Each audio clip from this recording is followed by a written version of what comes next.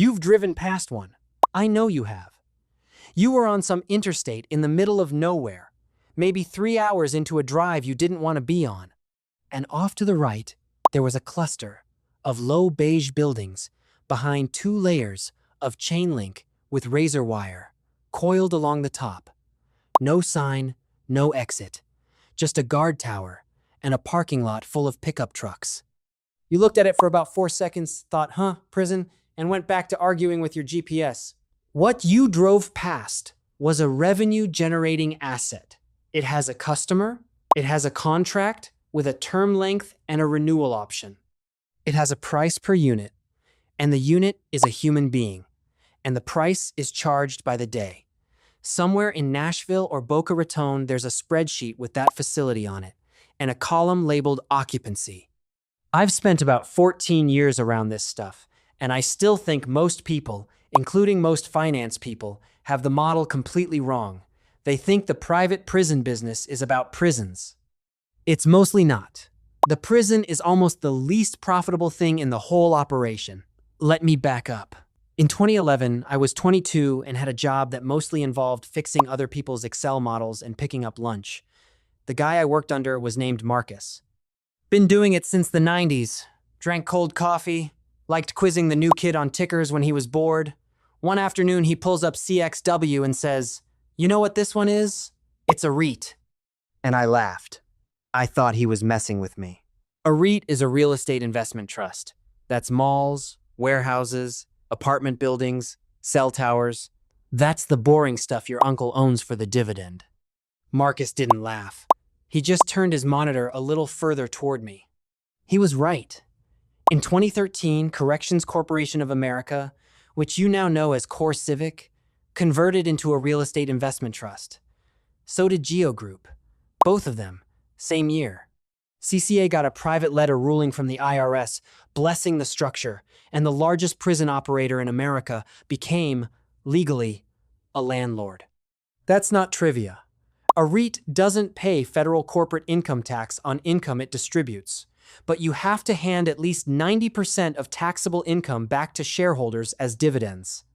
So the pitch changes completely. You're not a services company with lumpy margins anymore.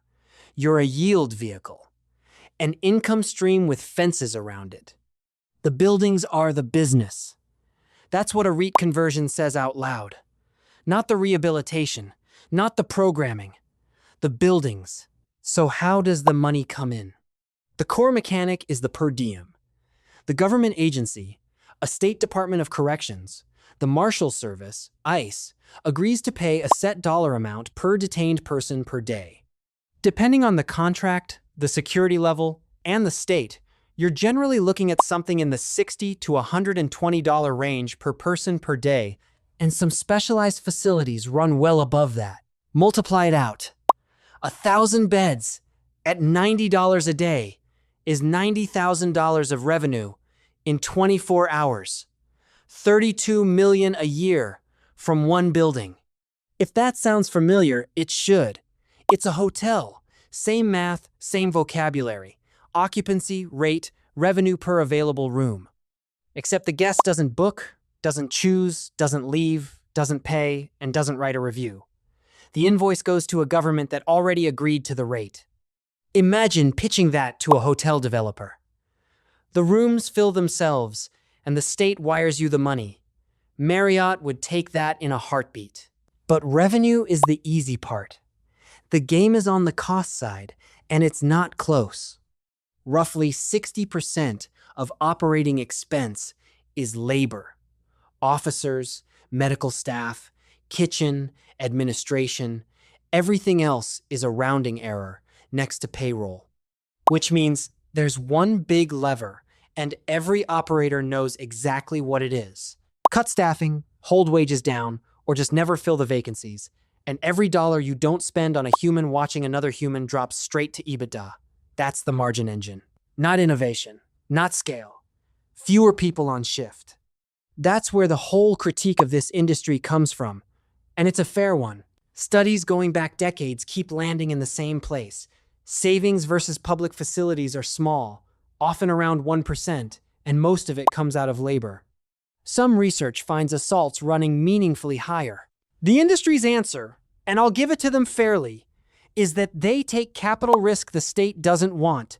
They build faster than a state ever could, and they can shut capacity down when it isn't needed. Hold on to that one. It turns out to be the most important sentence in this video. Now here's the problem that keeps prison CFOs awake, and to explain it, I have to tell you about my friend Ray. Ray owns self-storage in Central Ohio. 3 facilities. Least glamorous rich guy I know, and he loves it. Every time we get dinner, he says the same thing. Empty units don't cost less. That's every fixed asset business. You still pay the mortgage on an empty unit, still insure it, still pay the taxes. So occupancy isn't a nice metric, it's the whole P&L. Ray breaks even somewhere in the 70s. Below that, he's bleeding. Prisons have the same problem, only worse. Because you can't run a housing unit with half the guards just because it's half full. Perimeter still staffed. Medical still open. Kitchen still running.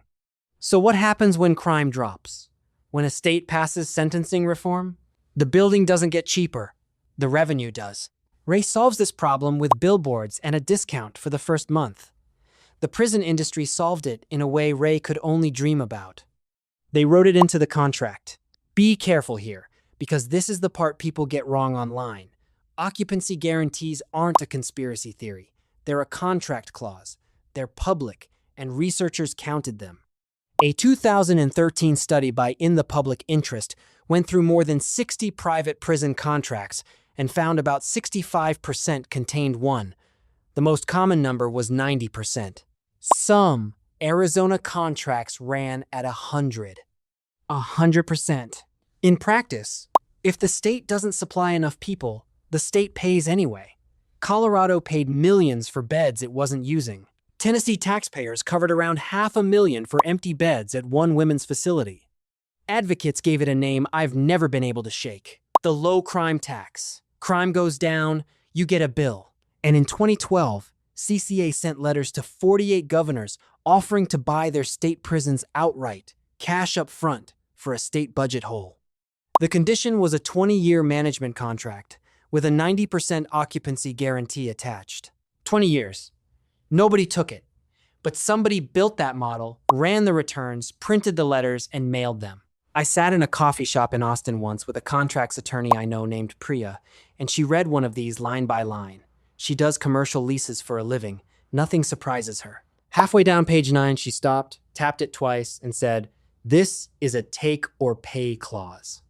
Take or pay is a term from the energy business. It's how you buy natural gas. You commit to a minimum volume, and if you don't take it, you pay anyway. Same clause. Different commodity. So you get the cash flows of a utility, the tax structure of a REIT, and the labor profile of a fast food chain. On paper, it's beautiful. So why did both companies walk away from the REIT structure? Because the 90% payout requirement went from a feature to a noose.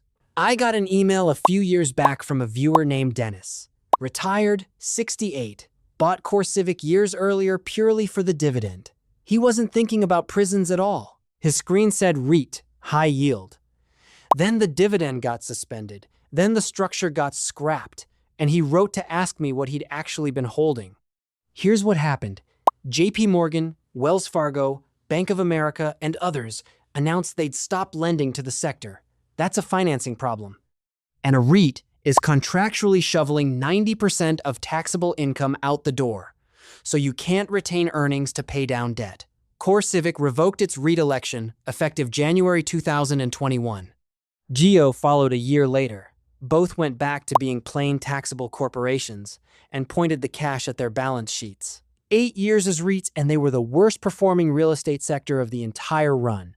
Which brings me to the part almost nobody models right. I've been talking about beds, and beds are the low margin piece. The real money is downstream. There's a second industry living inside these buildings, selling to a customer base that can't comparison shop, can't switch providers, can't leave, and often has no income at all. Phone calls, video calls, tablets, messages, commissary, which is the store where you buy ramen, soap, deodorant, coffee, socks. The Prison Policy Initiative's 2026 update puts commissary and telecom vendors at about $5.6 billion a year. That's bigger than the private prison operators themselves. Families are paying roughly $27.7 billion a year into this system in fines, fees, bail premiums, commissary, and calls. And the way telecom contracts get awarded should make any finance person's neck go hot.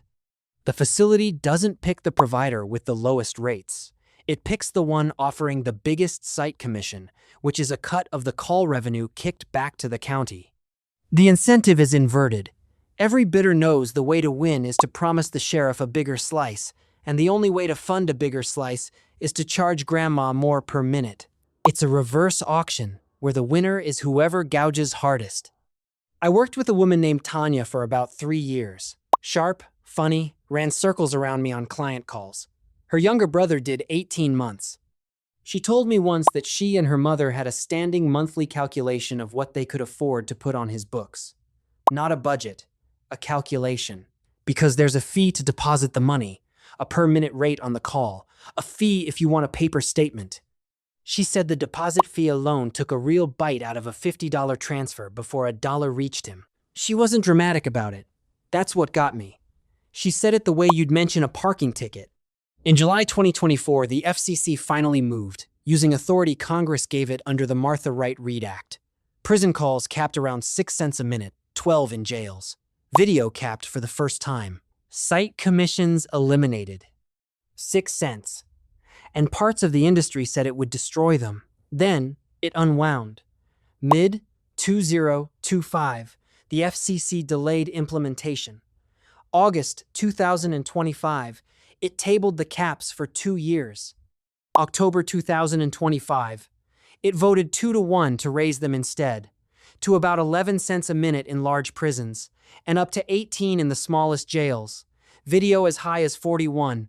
Plus, a facility cost adder the commission itself admitted might look like site commissions coming back under a new name. I won't pretend to be neutral there.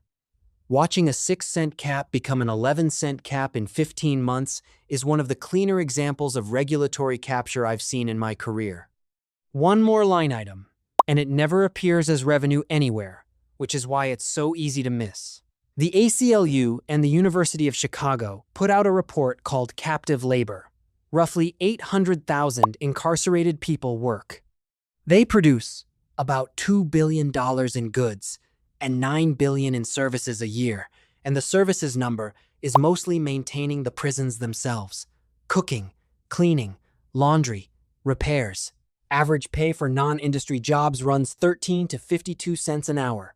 In 7 states, Alabama, Arkansas, Florida, Georgia, Mississippi, South Carolina, and Texas, most prison work pays nothing. That's legal because of the 13th Amendment. Everyone remembers the first half. Slavery and involuntary servitude abolished. Fewer people remember the clause in the middle, except as a punishment for crime whereof the party shall have been duly convicted. That comma is load-bearing. It's been in the Constitution since 1865, and it's the legal foundation for a $9 billion annual labor subsidy that never shows up on anyone's income statement. So, if the model is this good, why doesn't every rural county in America build one? A lot of them tried. I want to tell you about the one that haunts me. Hardin, Montana. Population around 3,400. In 2004, the town's economic development arm, the Two Rivers Authority, decided a detention center would save the local economy. Jobs, tax base, the whole pitch. They issued $27 million in revenue bonds and built a 464-bed facility. Revenue bonds, meaning the debt gets serviced by the revenue of the project itself. No prisoners, no revenue, no payments. They finished it in 2007. Nobody came. Montana's own corrections department didn't want it. Neighboring counties passed. A plan to house sex offenders fell through. The bonds went into technical default in May 2008, about 8 months after the doors opened.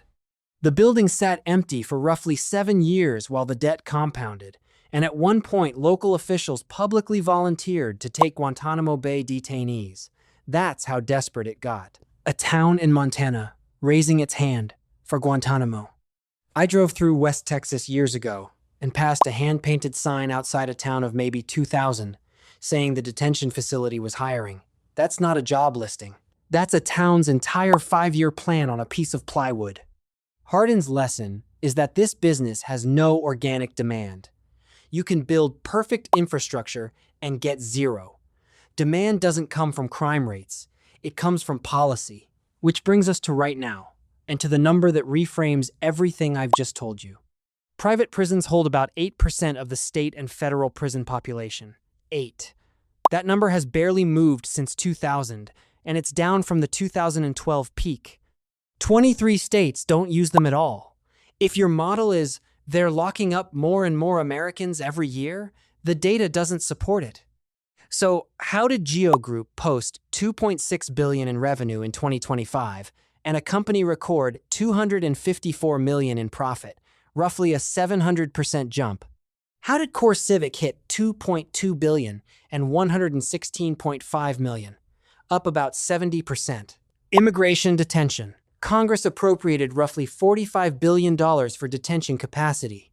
Core Civic's ICE revenue more than doubled in a single quarter, from about $120 million to $245. GEO signed around $520 million in new annualized business in 1 year, which its founder called the largest single-year haul in company history.